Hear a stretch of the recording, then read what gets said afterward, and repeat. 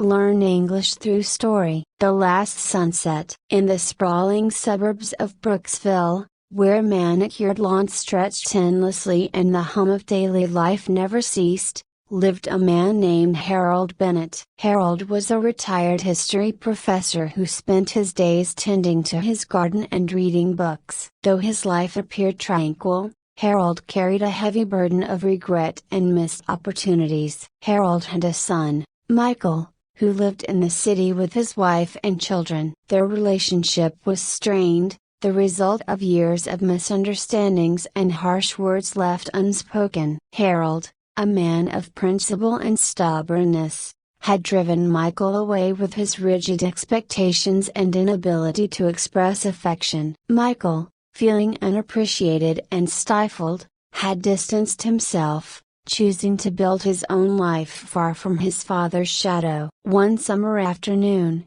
as Harold was pruning his rose bushes, he received a call from his daughter-in-law, Sarah. Her voice was filled with urgency and worry. "Dad, it's Michael. He's been in an accident. He's in critical condition at City General Hospital. You need to come quickly." The news hit Harold like a tidal wave. Dropping his shears, he rushed inside to gather his things, his mind a whirlwind of fear and regret. The drive to the city was a blur, his thoughts consumed by memories of Michael as a boy, his laughter, his dreams, and the countless moments Harold had failed to cherish.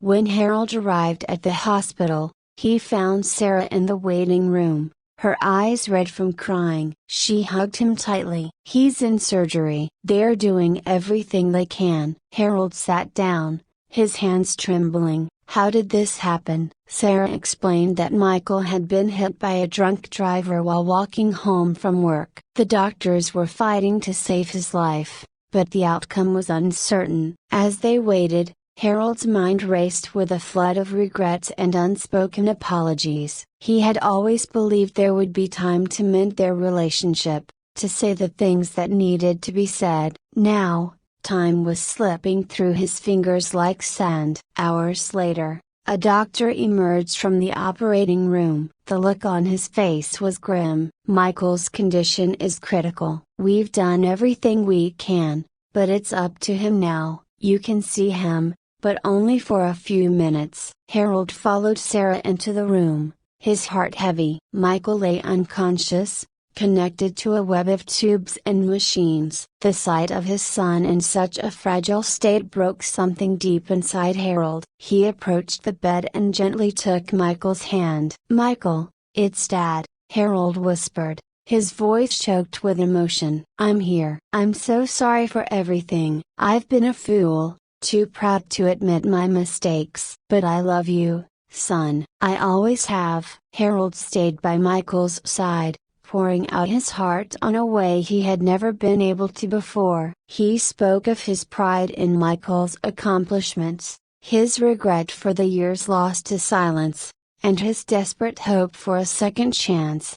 Days turned into weeks, and Michael remained in a coma. Harold spent every possible moment at the hospital, talking to his son, sharing stories, and praying for a miracle. He became a familiar face to the hospital staff, who admired his dedication and unwavering hope. One evening, as the sun set over the city, painting the sky in hues of orange and pink, Harold sat by Michael's bed, holding his hand. "You know, Michael, I've been thinking about all the sunsets I've missed with you. I always thought there would be time for everything, that one day we'd make up for the lost moments. But life doesn't wait for us to get things right, does it?" Tears filled Harold's eyes as he continued, "I've wasted so much time being stubborn and proud. But I'm here now, and I promise, if you wake up, I'll spend every sunset making up for the lost time. I'll be the father you deserve." As he spoke,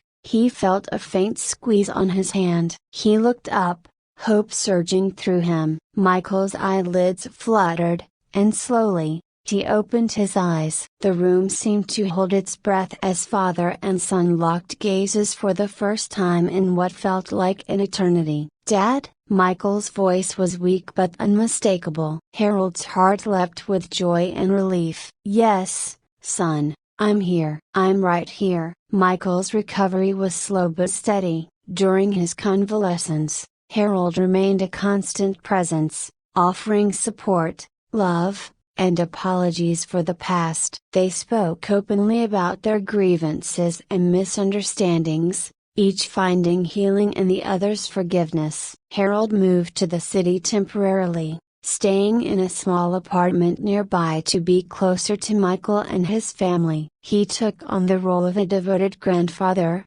forming bonds with his grandchildren and becoming a cherished part of their lives. The laughter of children filled his days, a stark contrast to the silence of his old life. As the months passed, Harold and Michael rebuilt their relationship, brick by brick. They shared meals, took walks, and spent long evenings talking about everything they had missed. Harold's promise to cherish every sunset became a ritual. Each evening, they would find a spot to watch the sun dip below the horizon, basking in the beauty of the moment and the warmth of their rekindled bond.